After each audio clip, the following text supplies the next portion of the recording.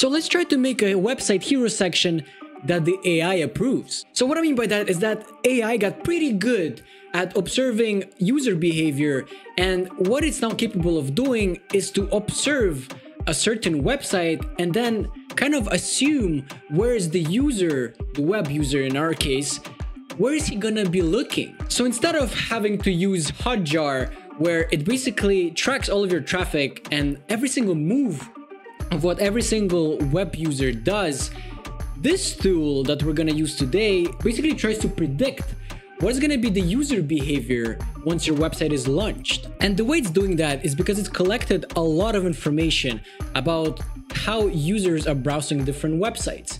And now with all of that information, it can kind of predict what's gonna be the user behavior on your website. So today we're gonna try to make sure our homepage hero section that we do is pretty much spot on according to the AI. And the design we're gonna do is gonna be basically generated by fake clients here. And we're gonna just generate prompt. And here we have Chester, founder of Jam.com. I'm looking for someone that can design a good website for my app development business. We need a news page for our website. So let's design a news page then. First, we need a plan to basically defeat this AI and basically pass all of its requirements. So what the AI is gonna do is that it's gonna basically show us a heat map of where the user is gonna be looking. And it's also gonna be showing us what's the first thing that the user is gonna see, the second thing that is gonna see, and the third thing is gonna see. Basically, it's gonna show us the hierarchy of our actual design. We can use colors, we can use the sizes of our elements, and we can also use different font sizes. And we can actually do whatever we want with the layout to show some signs of hierarchy. And hierarchy is extremely important because that's how the user is going to navigate our website.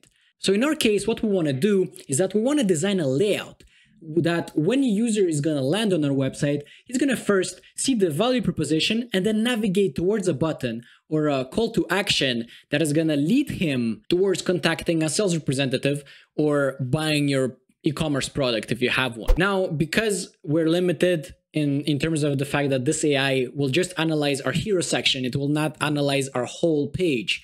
So for this video, we're just gonna see if we can nail only the hero section.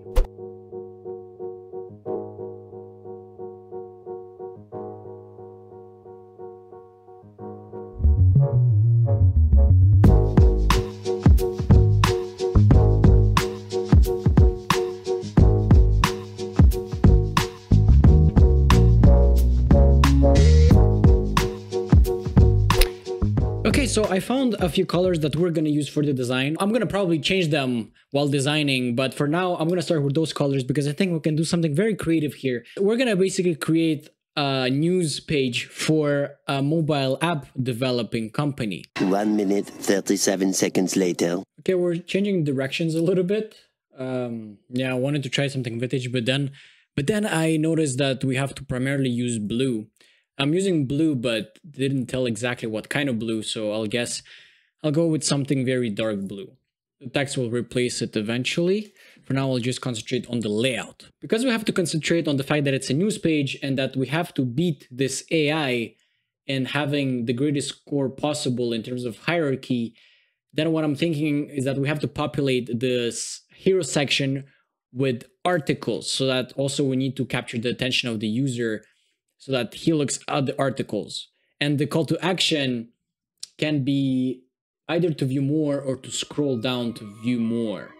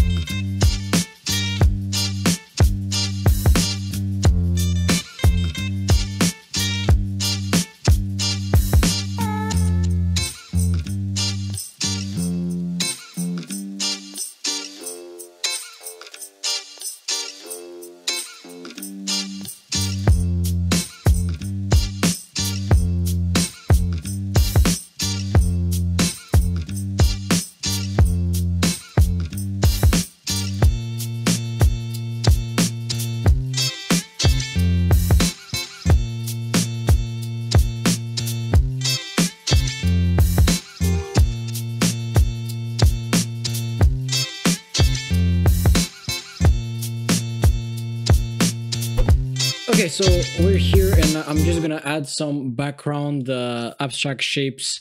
I'm thinking of putting a grid because they're app development agency. The news page is not really the best page where, you know, we can talk about the services and about telling we are the mobile app development company. This is really to showcase their articles or basically the news of the industry. So unfortunately here we cannot add everywhere about the fact that they are an agency that creates app development. But I'll just add an abstract shape here to fill up a little bit of space. And also here, I'm thinking the way, if I would have the whole complete page to do it, and if I would have to develop it afterwards, what I would do is that when I would scroll this section here with all of those articles, it would scroll to the left. So, and then here under, there would be another section. Whoop. There would be another section that would probably say, instead of recent news, would say something else. And instead of being this way, it would be inverted.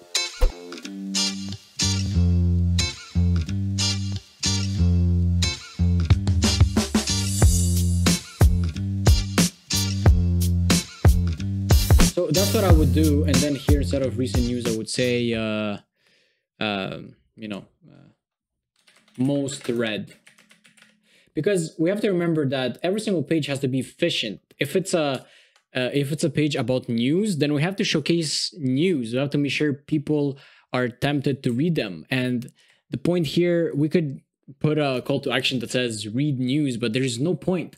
Here we want to showcase as many news as possible that the user might be interested by and showcase it to him. So here I would just, to make sure it's more of a size of a hero section, I'll just make it 940. And that's how it would appear. And when the user would scroll, it would just move in different directions. Now, I think they should do extremely great in technically, but however, because it's an AI analyzing it, it might get confused and might be like, well, according to the pages I analyzed, I've seen that there is a call to action everywhere, and you have plenty of articles. Now, this might be confusing for the AI, but if a normal human being would land on this page, he would basically see all of the news and he would scroll and he would discover more of the news. But let's see what the AI thinks. So let's put this hero section into the AI. Okay, so now we'll try to import this design that we just did into the AI software, which is called 3M VAS, by the way. And let's analyze it. So now it tells us basically, what is it? Is it, a packaging, print, outdoor, macro? And we obviously we want web page. So here it will basically ask us to mark up the image. So basically select the areas of interest in the image. These are areas where you want the viewer to look first. The area you select can be tagged as either area of interest or face. So faces, obviously, they get way more attention in a web design. So we'll make sure to tag those faces and also the areas of interest where the user might want to look at, just to help the AI to navigate the page. So here we can see that it already detected a face here. But the thing is, if you read carefully, it says the areas not here. These are the areas where you want a viewer to look first. Here, in this design, we want the viewer to look at different articles, at different names of the articles, and see which one he would like to read first. So let's see here, I'll select as an area of interest this whole section. And I'll tag it as just an area of interest. And as you can see here, it tagged the face of the guy as like the area of interest. But we'll leave it like this. I'm wondering what it's gonna do. And I'm really wondering where the user is gonna look at first. Usually, again, I would think that it would really target this section. Okay, so once we've tagged everything, let's just proceed and see what it actually does. So analyze. Okay, so highlighted regions were specified by you as areas of interest prior to running VAS. Each area of interest has a numeric score which predicts that a person will look within that area during 3 to 5 seconds first glance time period. So as we can see here, it literally shows us and it predicts, again, the word predicts here is very important, that 71% of the users are gonna be looking in this area within 3 and 5 seconds. What I'm interested about is what happens if we don't tag an area of interest. But first, before basically we're doing the analysis, let's look at the heat map. So basically, this is obviously when it's red, it shows us where the user will look the most. So we can see here because of the face, users are mostly attracted to faces. So if there's a face, that's where the user is going to look. We can see here it's looking also at the title. That's exactly what we want. And it's looking also here. So according to what I see here, this is exactly what we planned. We want the user to come look at the title to see what it is. Okay, so this is news about this industry. And see here also that we offer a monthly blog package and then to look at different blogs. Our design is doing a pretty good job at guiding the user where to look. And this is the hotspots. Basically, this is where the user is going to look most. And we see that in our design here, I don't know, this is very weird, the 29%. We can see here that mostly the user is seeing the content because the content, again, in this case, if you would change the images to something different, images without faces, the result is going to be completely different. So that's something that we should actually try. But first, let's continue looking at some different metrics it gave us. Gaze sequence. So basically, this is the first things and the second and the third and the fourth thing that the user will be looking at. Because of the face here, again, I imagine if this is not going to be a face, the pattern is going to be completely different. But because it's a face, this is the first thing the user is looking at. This is the second, which usually we would prefer to be first because we want the user to see the title and then see different blogs, because we really want to make sure that the user reads what are we offering. As we can see here, we can also view visual elements. So edges, intensity, basically how the software rendered this website hero section. We can pretty much see the whole process of how it detected it by combined edges, intensity, red, green channels. So this is what we got from this design. But again, as I said, because of the fact that we had faces, it had a big impact on the way the AI viewed this whole design. But what if we remove all the faces? So let's try that. So let's go back to Figma and remove all the faces. Let's replace it with some landscapes.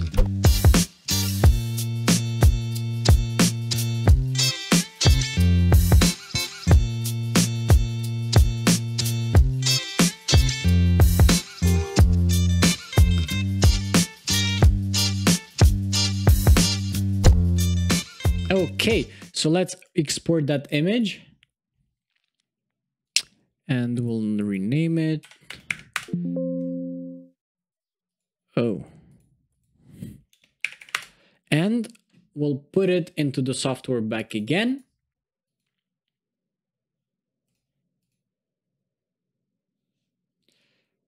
And just before we reanalyze it, I want to remove, just before we try that, because I said that I'm gonna try to remove this area of interest. And I really want to see what happens when we remove all the areas of interest and let the AI just do the job by itself. So let's analyze it just to see what happens. I'm pretty curious. Oh, so we have to kind of specify areas of interest. But we can see here that when we don't specify an area of interest, that the heat map shows that the user, first of all, looks at the title. That's what we kind of want. So that's actually interesting to see. And here we can see, again, that the user is most likely to look at the title first, and then it looks at the content. And this is exactly what we want. I think not specifying the area of interest maybe is a good thing, because it randomizes the whole process even more, because by giving it an area of interest, you're helping the AI to tell them where to look. Okay, so let's see just at the sequence. Yeah, so as I expected, the user will look at the title first, then at the content second, then 3, 4. He's gonna apparently look back at the headline. If I expect it to be a real website where the page is scrollable, I would expect the title first, then the content second, then this little paragraph third, and then the fourth will be just scrolling down. That's what I would expect. But anyway, so done. And let's try our new hero section that is basically not having any faces. That doesn't have any faces, okay? So not analyzed, browse, desktop. We'll click on it, analyze. I'm so excited. For areas of interest, I'll actually put it here. I'll make this area. You can see here already there is no face to recognize because there is no faces. And we can try to analyze and see what are the numbers, basically. The numbers hugely dropped. Wow, from what was it? It was 71, I think, %. Now it's 61. And yeah, so the numbers dropped just because we removed all the faces. So yeah, that's a big thing to note. If you have faces in your design, then that grabs a lot of attention. This is something you might use to your advantage, you know. And yeah, so let's look at the heat map. So title, and then all the news, all the articles. And yeah, we can see here what the user is looking mostly at.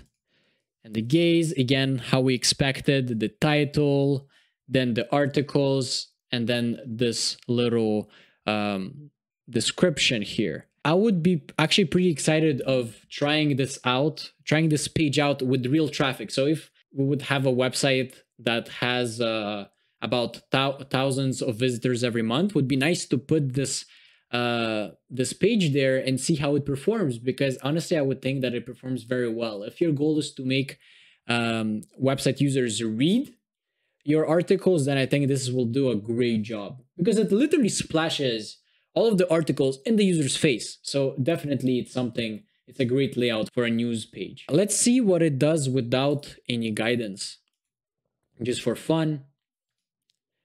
Analyze, heat map.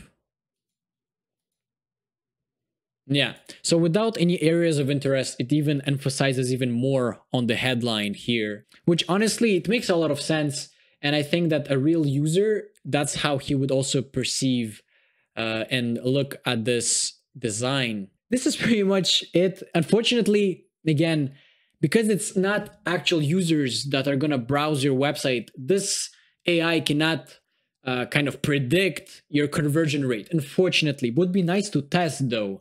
We can try to use this tool to at least have an idea of how we can in the future manipulate the eyes of the viewers. Manipulate is maybe a too much of an intense word, but that's pretty much what we're doing. That's what pretty much is the hierarchy doing.